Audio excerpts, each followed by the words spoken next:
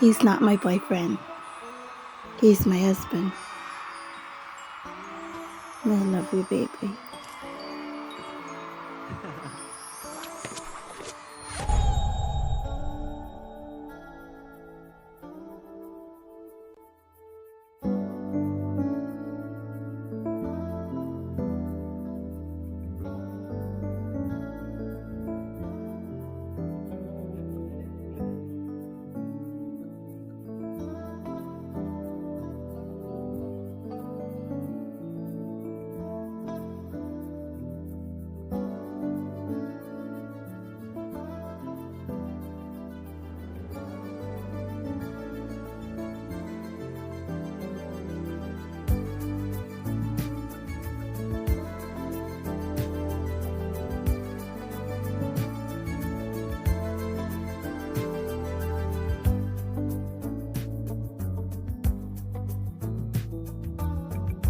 Michael and Kristen, Always and Forever, Caught on Camera Series, Part 5, Continuation. Only on Love Gone Viral.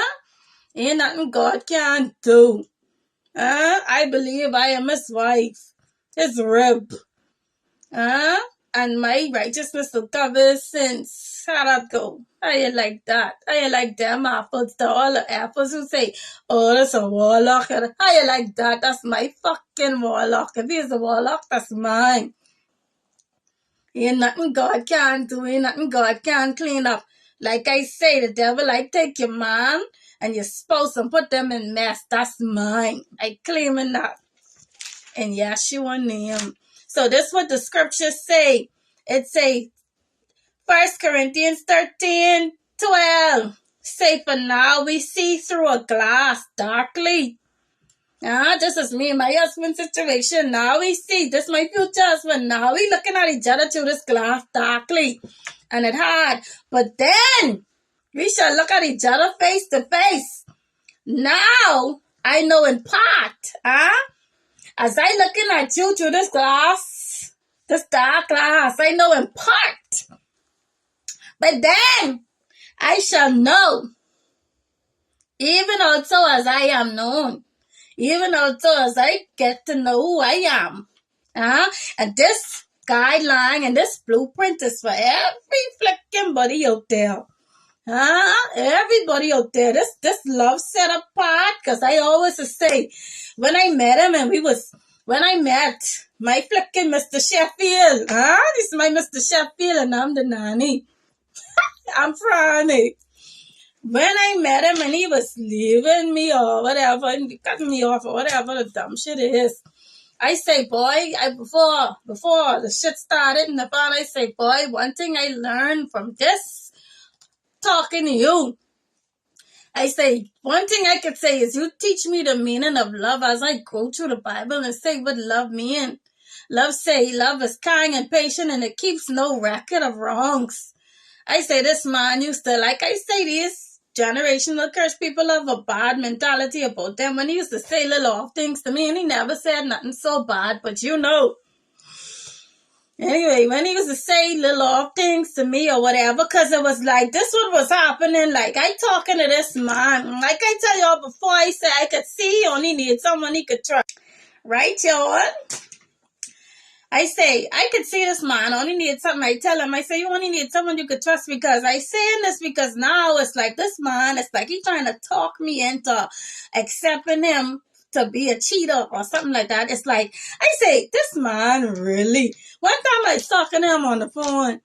I say, this man really in his right mind trying to coach me into being this woman. Because he used to say, you think if you was my woman, I can let any woman step to you?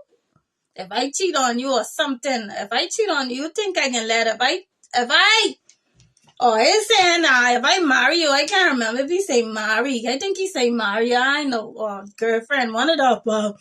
He say, if I marry you, or if or you as my woman, you think, and I cheating or whatever, you think I can let anybody step to you? So when I hang up the phone, I say, this man seriously trying to get me, but what it took convince me that things could be good in our relationship, even if he cheat on me.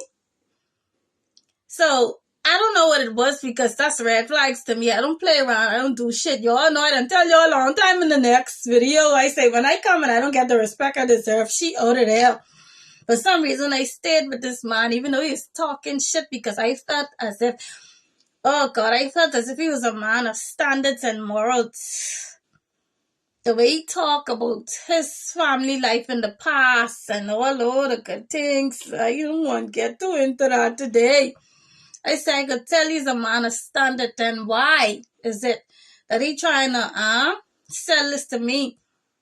Because he always talked about not disrespecting the family. He always talk about him not wanting to bring disgrace to his family. So one time I asked him, I said, you think if you cheat on me, do you bring in, You don't consider that as disgracing the family?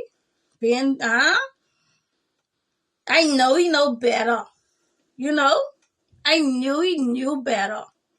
And I was saying to myself, I say, maybe he is just anticipating me cheating. And maybe he needs to see someone loyal. You know? Maybe that's the conversation he having because he used to this cheating woman, or he accepting like that people is cheat. He always have this mentality that, oh, people is cheat. Everybody is cheat.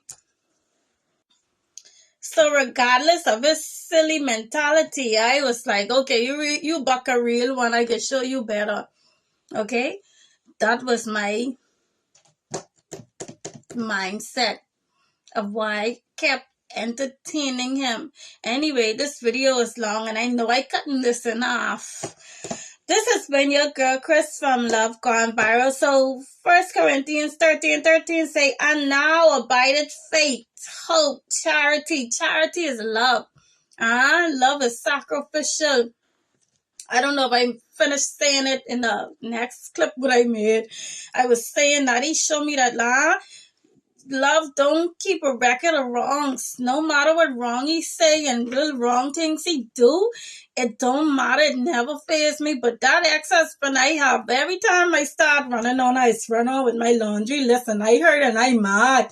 That's why I tell this man, my Mr. Sheffield, my Chucky, my Mr. 62, I say, for one thing, you come in my life and show me, baby, you show me what love really means. Because I love you in spite of nothing bothers me about you. I love that man. He is a leader, and I love that feeling. Please give me anyway. So it say, and now abideth faith, hope, charity. That's a sacrificial type of love. We have these relationships where these people, they love what you could do for them. It ain't a sacrificial type of love because at the end of the day, they wouldn't want to let you go for what's best for you, what's better. Because they would be concerned about themselves. That's a selfish love that they have. They saying they love you and they ain't gonna let you go because they concerned about themselves. Well, if you leave me, then who is gonna be my golden calf? Get this mentality out y'all head, please. Love is sacrificial, willing to die for. If y'all people in bondage, if y'all to meet the love of your life, y'all would have been out of bondage because y'all would have been willing to die than to hurt them. I said that before. So now abideth faith, hope, charity. These three things. But the greatest of these is charity, love, a sacrificial love.